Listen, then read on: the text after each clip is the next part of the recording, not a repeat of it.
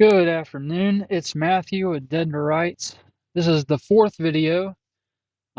It's technically the fifth, but it's going to be the fourth because this morning I made a rookie error and it was raining and you could hear the windshield wipers going on and off and you could hear the rain hitting the windshield, and I just didn't want to subject anybody to ASMR of listening to rain while driving in a car. So um, this afternoon I wasn't planning on talking about this, but I saw a post last night from a guy named Michael Knowles, who I would guess is a pretty famous Catholic in the United States. He's a conservative political commentator. I've listened to him before. I don't agree with him completely on a lot of things. I agree with him on some things, but he's Catholic and he's very open about that. But he put a post that I saw on YouTube yesterday, and it just kind of shocked me. And as a Christian, I just felt like I wanted to talk about it. So in this post, he was talking about the Crusades, and he said the Crusades were not only defensible, but they were good. They were not only good, but they were essential to our civilizational identity. And I could not disagree more strongly with that sentiment as a Christian. Now, I'm going to have to caveat this and say I believe wholeheartedly in what I would say is a distinction between the duty of a nation and the duty of a Christian. Now, this is why I separate the two, and why I don't think that a Christian really, in order to follow Jesus, really cannot participate fully in the affairs of a nation. So not in the political affairs, not in becoming kings or princes or politicians.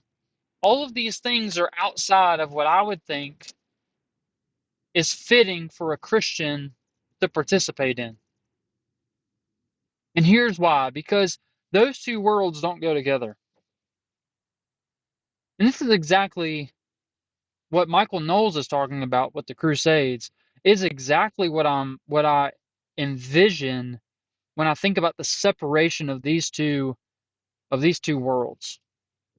There is no there is no chance that anyone's going to be able to convince me that Jesus would have led a crusade. He was put on a cross.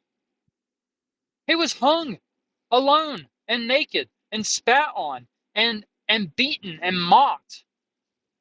They put a crown of thorns on his head and called him, "Oh, aren't you the king of the Jews? Can't you bring yourself down? Where are you? Where are your angels?" And he didn't do anything. He sat there, like it said, a lamb, silent like a lamb before a slaughterer. He didn't say a single thing against his accusers. He didn't defend himself. He didn't even defend himself with his own words. And the Crusades were good? Defensible?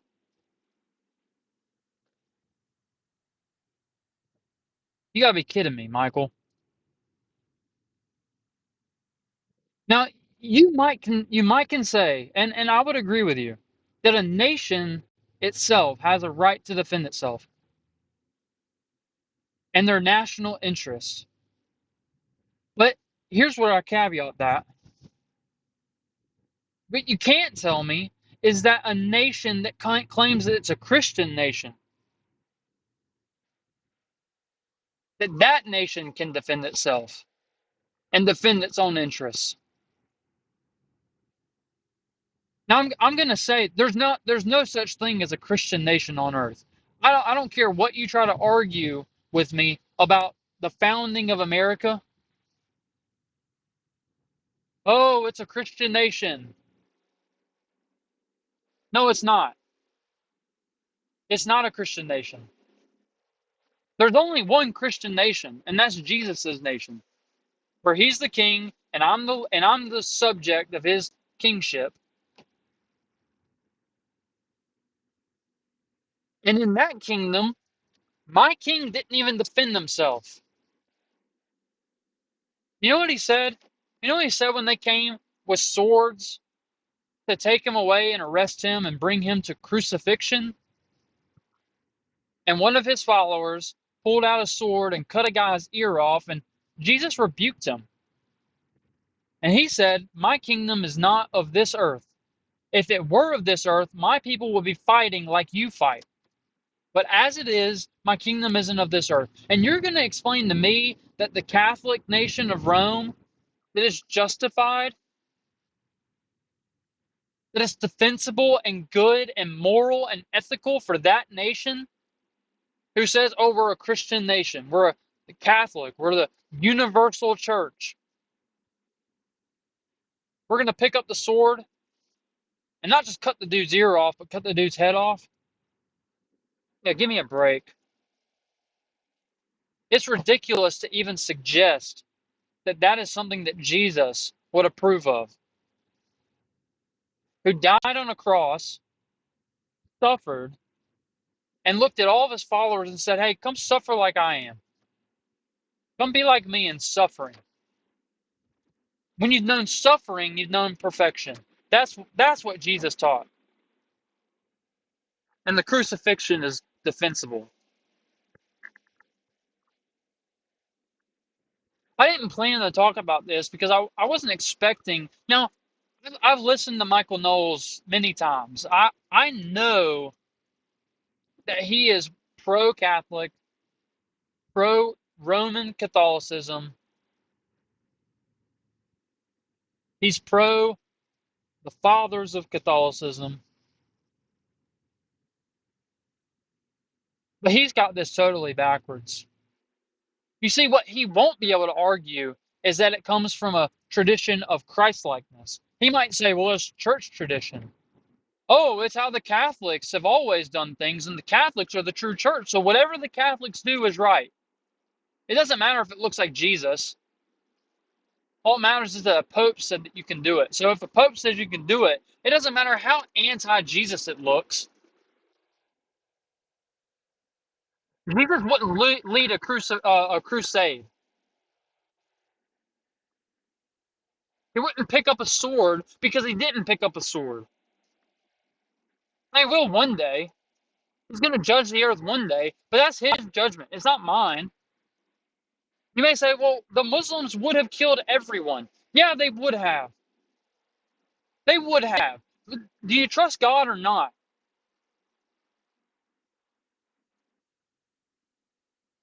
Well, you would have done the same thing if they were threatening you. I've had somebody pick up a knife against me. You know what I'm not going to do? I'm not going to war against him. I'm not going to war myself against people as if I'm their judge, as if I get to determine that their life is worth living or not. I don't care if they look at me and say, I'm going to take your life. It's not for me to take their life. It's not my calling. My calling is to forgive people. It doesn't matter what they've done. It doesn't matter if they ask for forgiveness. Jesus looked at people who killed him and said, Father, forgive them. Now, did they all ask for forgiveness? No, they didn't. The Jews didn't ask for forgiveness. Jesus didn't wait for them to.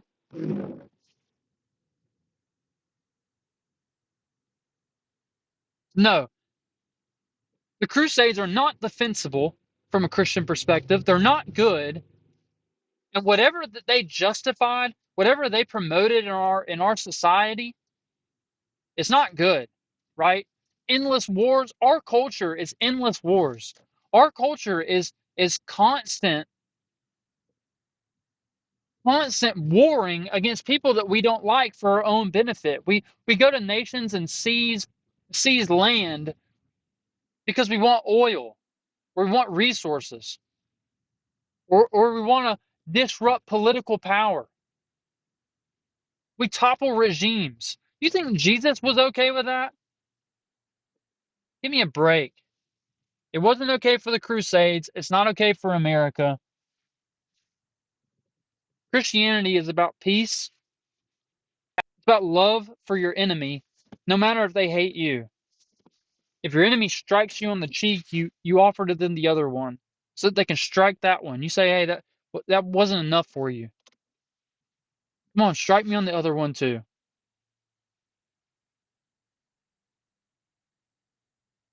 It makes me mad that people say stuff like that because they have influence. Now, Michael Knowles, he's likely never going to see this, and probably not very many people will, if anybody will. But my family will.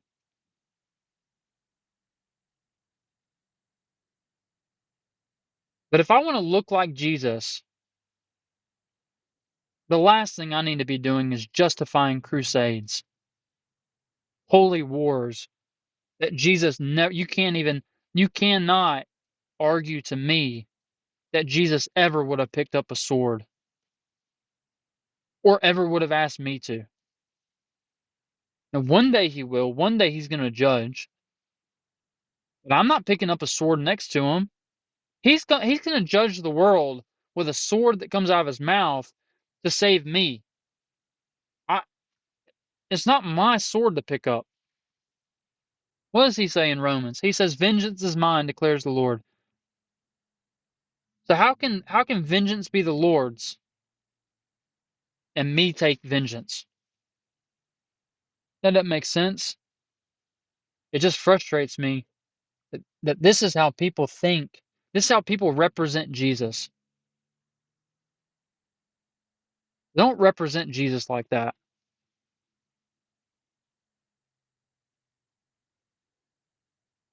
Jesus gave up his own life so that he could save his enemy.